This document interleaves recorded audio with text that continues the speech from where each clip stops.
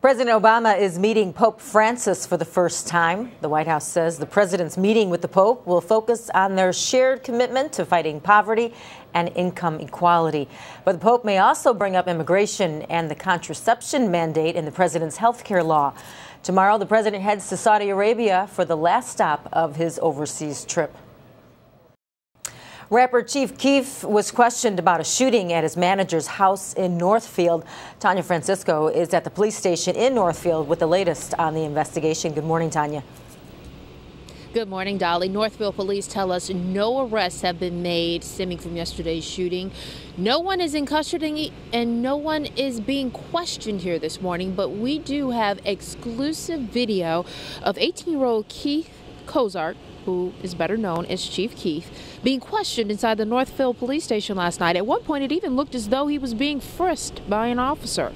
Now, that comes hours after Northfield police, along with the North Regional Major Crimes Task Force and the Cook County State's Attorney's Office, responded to reports of a shooting at a home in the 800 block of North Hap Road. That home is reportedly being rented by Chief Keef's manager. All police will say is that someone was shot at the home and taken to Skokie Hospital and is in stable condition. Now, Keef's lawyer tells the Chicago Tribune he was a passenger in a vehicle that dropped off the shooting victim at the hospital.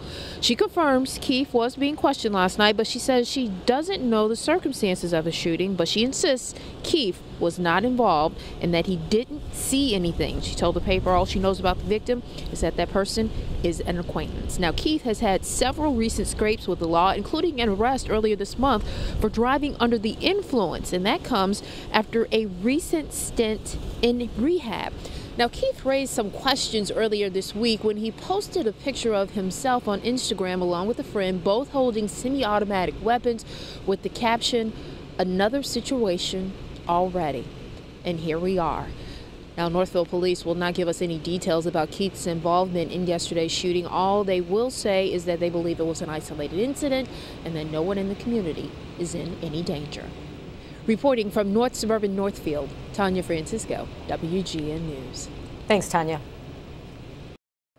A 2-year-old boy who was rescued from a retention pond in Kendall County earlier this week has died.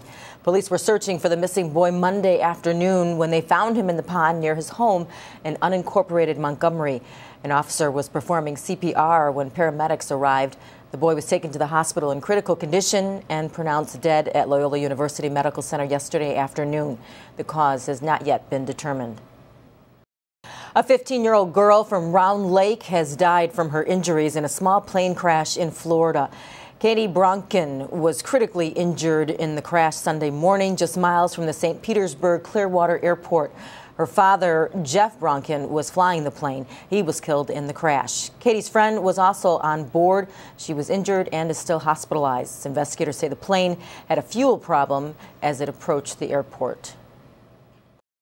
The CTA says it hopes to reopen its Blue Line O'Hare terminal this weekend when the wreckage of this week's train crash is cleared away. A fourth lawsuit over the derailment has now been filed, and while no one was killed, 32 passengers are still nursing injuries from the accident. Work crews are cutting the train apart piece by piece to make it easier to remove.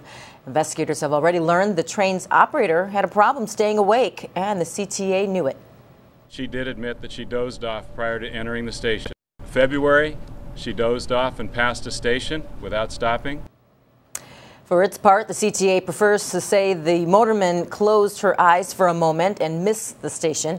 The transit agency says if it had known she was sleeping, it might have suspended or fired her. For now, she's on injury leave. A hot tub at a gym in Naperville has been shut down for the second time in 5 months. Health officials have been monitoring the spa at LA Fitness since last fall when 2 men came down with Legionnaire's disease, which is a potentially fatal form of pneumonia. The hot tub was closed this time due to troubles with disinfectant levels. The rest of the facility remains open. Northwestern University says it will appeal a ruling that would allow its football players to form a union. A regional National Labor Relations Board ruling says football players who are on scholarship are employees. The ruling says the university controls players' activities and compensates them in the form of scholarships. Northwestern disagrees, saying that players are students first. Former quarterback Kane Coulter is the face of this movement, which says forming a union would give players negotiating powers over health and safety issues. If it's upheld that, in fact, student athletes, and not just football, can unionize, and they can ask for payment, and they can ask for certain other things, such as what the Northwestern players asked for. This ruling only says Northwestern players can vote on forming a union, but there's no telling when an election would be held. Players who don't receive scholarships would not be part of the union. Governor Quinn laid out his budget plan for the state of Illinois, proposing to make a temporary income tax hike permanent. Quinn's 25-minute-long budget address in Springfield yesterday laid out the tough choices lawmakers will be facing in the coming months. The big focus was on the temporary income tax hike passed in 2011 that is scheduled to be rolled back in January. It went from 3.75% to 5% in 2011 as lawmakers look to deal with the state's massive debts. Now the governor says he wants it to stay, or residents could see big cuts. If action is not taken to stabilize our revenue code, extreme and radical cuts will be imposed on education and critical public services. Cuts that will starve our schools and result in mass teacher layoffs, larger class sizes, and higher property taxes. Quinn did propose a $500 tax refund for property owners. Lawmakers could vote on that income tax increase by the end of May. Illinois lawmakers have taken the first step toward regulating the growing rideshare industry.